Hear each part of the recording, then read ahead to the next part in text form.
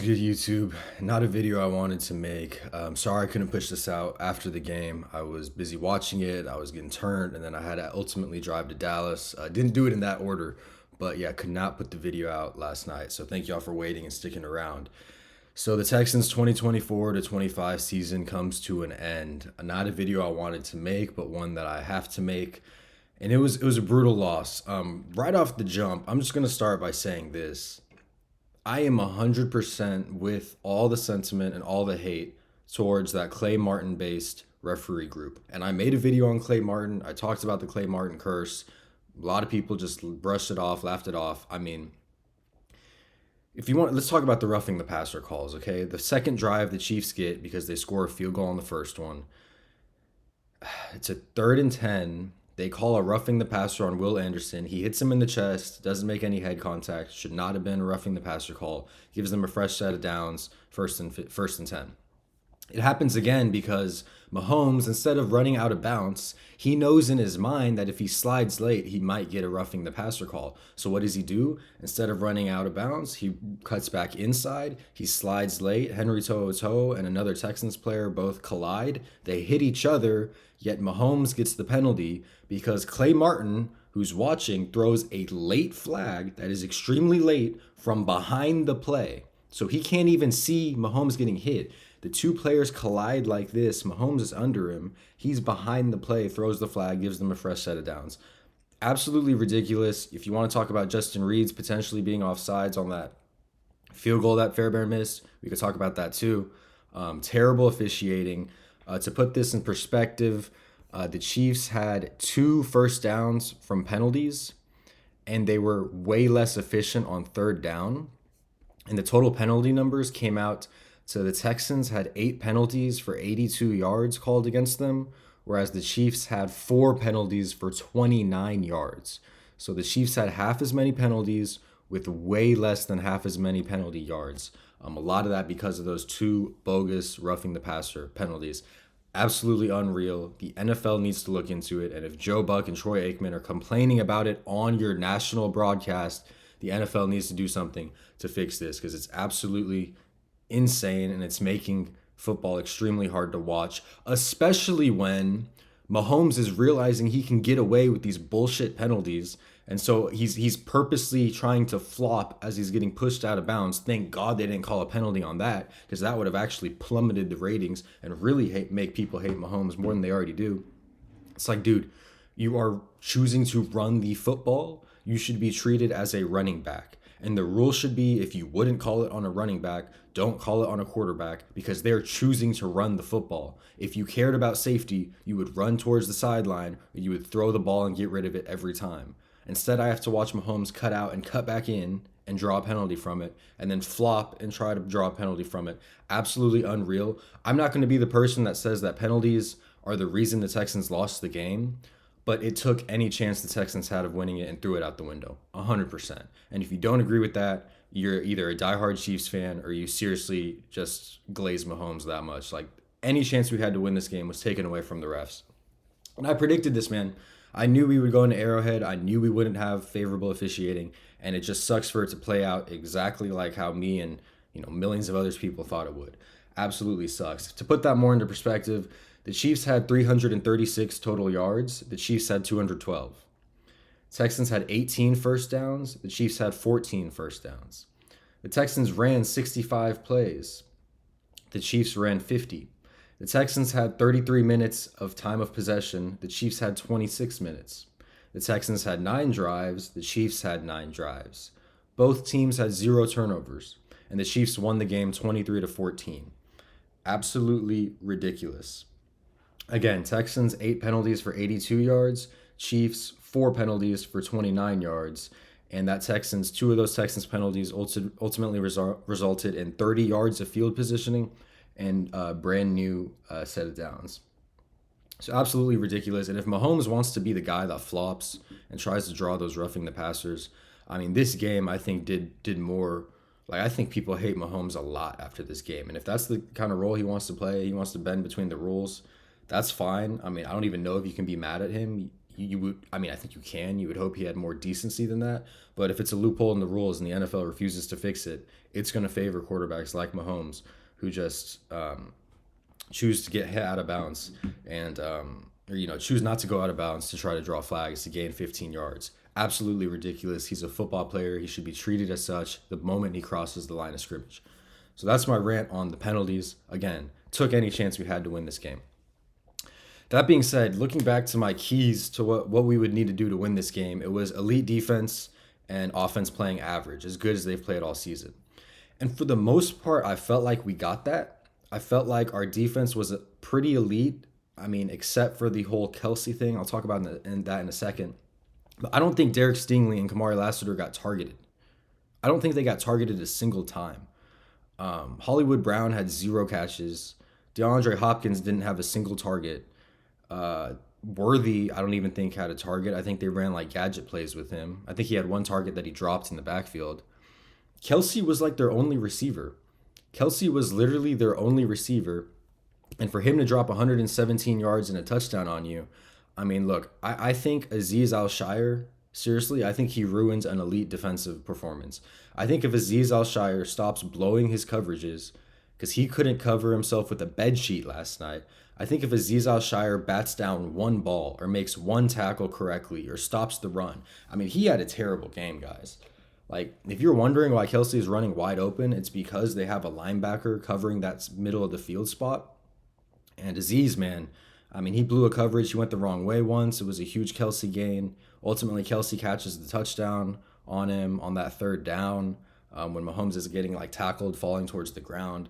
So yeah, other than that, the defense played really, really strongly. It kind of annoys me how no receiver popped off except for Kelsey, who had a career game. It's really unfortunate. But overall, the defense played well. The offense played about as well as I could expect them to. They had a really impressive 3rd down drive where they basically they fought against penalties and just marched that ball all the way down the field after getting penalized over and over again. And it ends in a Joe Mixon touchdown. That was really cool to see. And, one thing I'll say about the offense is I never expected them to drop 30 points on the Chiefs, 35 points. That wasn't going to be how we win this game.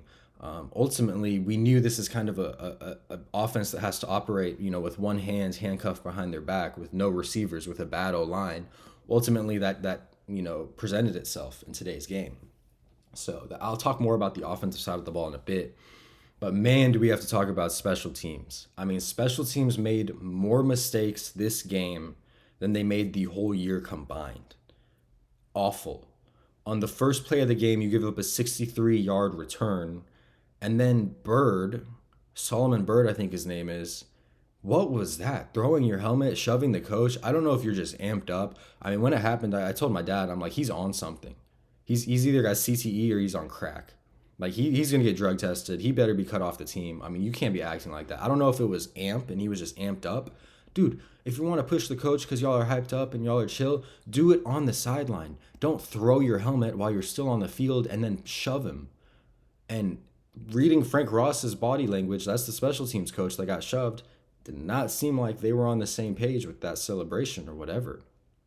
So I don't know what that was. He needs to be drug tested. Awful. Fairbairn misses an extra point. They block a field goal. He misses a field goal. He couldn't kick the ball in the back of the end zone. Maybe it was because of the wind. I don't know. Butker could do it every time. Harrison Butker could kick the ball through the end zone every time. Fairbairn couldn't do it. And can we talk about Fairbairn, man? This is the 2nd time in a huge playoff game with playoff implications where he's missed an extra point. Like, Fairbairn does not have it in him. He doesn't have the nerves, man. He does not have nerves of steel. He's got the opposite. He's got nerves of jelly. He gets rattled. It's obvious. He barely made another field goal, like slimmest of margins. So I don't know if like we need a new kicker. I know we just signed him, but Fairbairn's got to fix that. He's got to put himself in more pressurized environments. And if you want to talk about some of the like calls, like I didn't know why we were choosing to kick a 55-yard field goal into the wind. Maybe Justin Reed was a tick early and got a hand on it. I wasn't 100% sure. To me, it just looked like the wind took the ball and did what it did. So, and then the Chiefs get the ball on the 55-yard line. So that was ridiculous. Also, the 4th and 10 call that ultimately results in a 16-yard loss.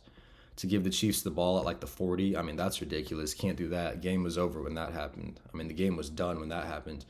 Amazingly, your defense held them to a 3-and-out, but I mean, it was over after that. I mean, you just knew. So anyway, flipping over to kind of some positive things we can take into this next season. So what was kind of frustrating about this game is we could see the writing on the wall the whole season. Like if the Texans were to lose this game, you would start to wonder if it was because of the things that were kind of, we kind of knew were bad about this team from the whole season. So first of all, the O-line.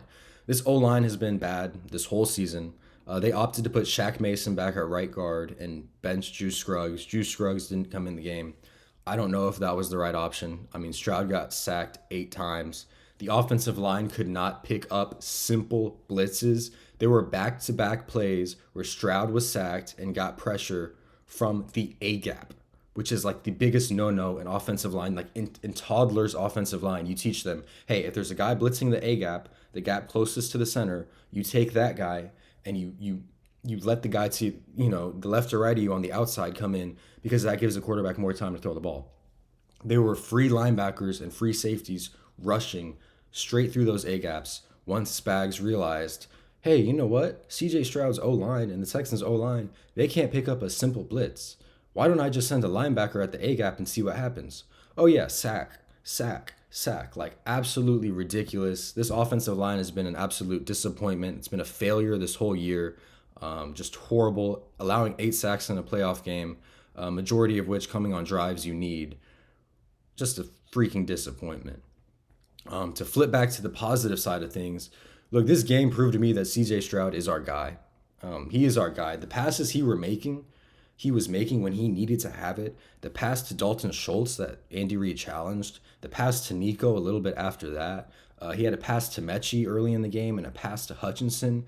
I mean, those passes he were making, when Chris Jones is coming at him, like CJ Stroud is our guy. Like this game, and people were shaky about it. I wasn't, but he proved to himself and to the rest of us in this game that when he's in those dire situations, when he has to have it, he does have that X factor. He can make those plays. He was making them from a passing standpoint. Arguably, he outplayed Mahomes.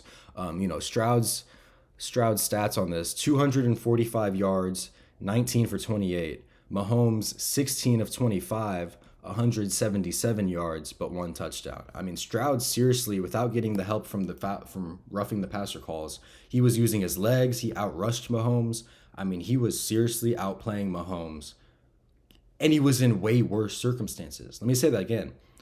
Stroud was outplaying Mahomes this game in way worse circumstances with a paper-thin O-line. And we haven't even talked about the receivers. I mean, we knew this was what was going to happen. Let's double Nico the whole game and see who else steps up. Unfortunately, we knew this receiver group was going to be a problem. Jared Wayne had his first target this game, and no hate to the dude, but he slid and tripped. He also tried to make a one-handed grab, and I think that's on Stroud did amazing just getting that ball out, but Jared Wayne trying to catch that ball, I didn't hate that. The dude might have something. There might be something with Jared Wayne, but this is his first game he's playing. I mean, you can't be hard on the guy. The reality is he hasn't been put in a game situation this whole season. You're gonna throw him in against the Chiefs in a divisional game, cut the guy some slack. So I understand that. Mechie and Hutch both had some pretty big plays, nowhere near big enough as what we needed. Hutch dropped a pretty crucial pass that went pretty much through his hands. Mechie had some nice catches. Hutch also had a nice catch, but just not enough from a wide receiver position. Got to do something about that in the offseason. And then our rushing attack went really well. We were at one point, we were running the ball extremely well with Joe Mixon and Dameon Pierce. Dameon Pierce was getting some touches. I liked that. I actually wanted more Dameon Pierce. Joe Mixon was kind of bruised up and hurt. So I kind of liked having Dameon Pierce in there. Dameon Pierce had a nice spin move that would get him 3 or 4 extra yards after contact every time. So pieces of this offense looked really well and played the best they've ever have this season. And then they were handicapped by the rest of the team. So the rushing attack played really well. The offensive line played well when we were running the football, run blocking. CJ Stroud played really well. And then you're just handicapped by pass protection and bad receivers. And that's what the game came down to. Nico played well for getting doubled the whole time. Ultimately, your offensive performance should have been enough to win. I mean, I think, ESPN stat, but teams that outgain their opponent by 100 yards or more and have zero turnovers were 49-0 in the postseason. And now with this Texans and Chiefs game, they're 49-1, which is absolutely insane to think about. And I think that's another testament to what the refs can do to you. So I guess I'll end it on that note. Yes, the season's over. There are some very positive things to glean from this, though, to kind of summarize. Your defense is elite. Keep doing what you're doing on defense. Get Stroud a line, get Stroud some receivers, get him some help, and then just you can't help getting railed by the refs. I mean, that's just what's gonna happen when you walk into Mahomes' territory. Mahomes 7-0 when Clay Martin's refereeing, 7-0, which is absolutely absurd. And please, for the love of God, NFL, please fix the roughing the passer call. So that's all I got for this breakdown. Let me know what you guys thought about it, and I will see y'all in the next one. Thank you so much for watching, and peace out.